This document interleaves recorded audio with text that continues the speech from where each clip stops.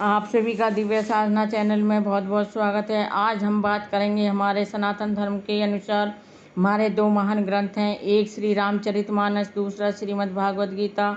दो ग्रंथ ही हिंदू ग्रंथों में विशेष महत्व रखते हैं। आजकल हम श्रीमद् भागवत गीता के जो 18 अध्याय हैं उनके श्लोकों की व्याख्या हम सरल और आसान शब्दों में कर रहे हैं।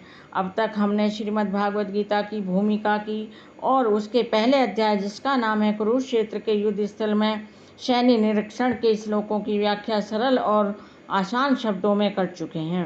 अब आगे कर रहे हैं श्रीमद् भागवत गीता के दूसरे अध्याय जिसका नाम है गीता का सार। यह अध्याय बहुत ही महत्वपूर्ण है क्योंकि इसमें भगवान श्री कृष्ण जी ने अपने मुखमंडल से गीता का महत्व बताया है और कहा है कि अगर हम अपने वास्तविक जीवन में इस गीता के सार को अपनाएंगे तो हमारे जीवन का उद्धार हो जाएगा और वास्तविक ज्ञान की प्राप्ति भी हो सकेगी। अगर हम इसको ध्यानपूर्वक पढ़ेंगे और उस ज्ञान को वास्तविक जीवन में धारण करेंगे।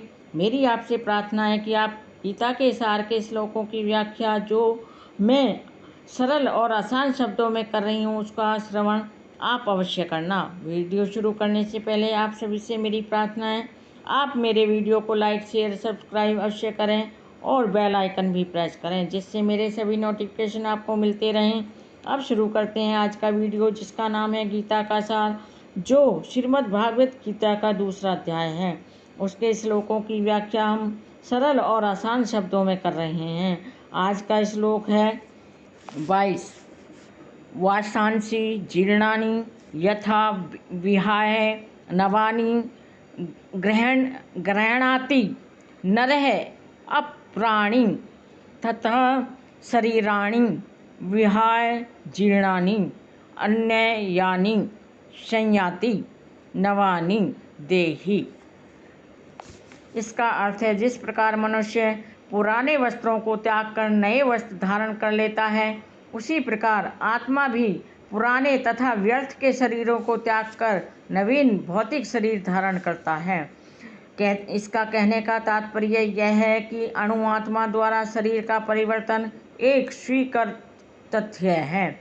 आधुनिक विज्ञानी जन तक जो आत्मा के अस्तित्व पर विश्वास ही नहीं करते पर साथ ही हृदय से शक्ति साधन की व्याख्या भी नहीं कर पाते उन परिवर्तनों को स्वीकार करने को बाध्य हैं। जो बाल्यकाल में कौमारा अवस्था फिर तरुणावस्था वृद्धावस्था में होते रहते हैं और जो वृद्धावस्था से यही परिवर्तन दूसरे शरीर में स्थानांतरित हो जाते हैं। इसकी व्याख्या एक पिछले श्लोक में भी की जा चुकी है। अणु आत्मा का दूसरे शरीर से स्थानांतरण परमात्मा की कृपा से ही संभव हो पाता है। परमात्मा अणु आत्मा की इच्छाओं की पूर्ति उसी तरह करते हैं जिस प्रकार एक मित्र दूसरे की इच्छा पूर्ति करता है। मुंडक तथा श्वेतवास्तर उपनिषदों में आत्मा और परमात्मा की उपमा दो मित्र पक्षियों से की गई है जो एक ही वृक्ष पर बैठे हैं। इनमें से एक पक्षी अणु आत्मा वृक्ष के फल को खा रहा है, दूसरा पक्षी कृष्ण अपने मित्र को देख रहा है। अर्थात यदि दोनों पक्षी समान गुण वाले हैं किंतु इनमें से एक भौतिक वृक्ष के फलों पर मोहित है किंतु दूसरा अपने मित्र के कार्यकलापों का साक्षी मात्र है। कृष्ण साक्षी पक्षी है और अर्जुन फल भोक्ता पक्षी है।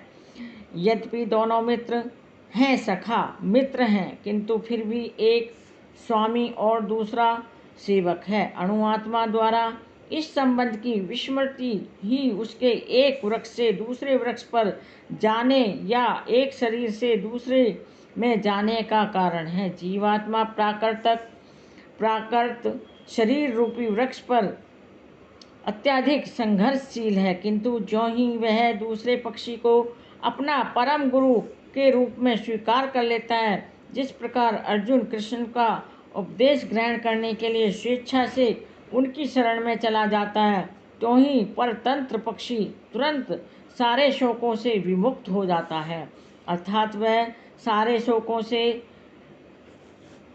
मुक्त हो जाता है। मुंडक उपनिषद तथा सूत्रशास्त्र उपनिषद समान रूप से इस बात की पुष्टि करते हैं। यद्यपि दोनों पक्षी एक ही वृक्ष पर बैठे हैं, किंतु फल खाने वाला पक्षी वृक्ष के फल के भोक्ता रूप में चिंता तथा विषाद में निमग्न है, अर्थात वह दुखी है। यदि किसी तरह वह अपने मित्र भगवान की ओर उन्मुख होता है और उनकी महिमा को जान लेता है, तो वह कष्ट भोगने वाला पक्षी तुरंत समस्त चिंताओं से मुक्त हो जाता है। अब अर्जुन ने अपना मुख अपने शाश्वत मित्र कृष्ण की ओर फेरा है और उनसे भगवत गीता समझ रहा है। इस प्रकार वह कृष्ण से श्रवण करके भगवान की परम महिमा को समझकर अपने शोक को दूर कर रहा है, अर्थात वह शोक मुक्त होने की भरसक प्रयास कर रहा है। यही भगवान ने अर्जुन को उपदेश दिया है।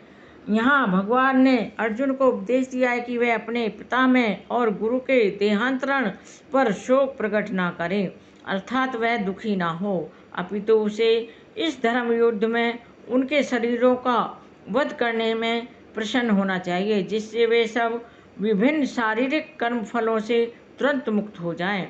बलि वेदी पर या धर्म युद्ध में प्राणों की अर्पित करने वाला व्यक्ति तुरंत शारीरिक पापों से मुक्त हो जाता है और उसे उच्च लोक की प्राप्ति होती है। अतः अर्जुन का शोक करना युक्ति संगत नहीं है।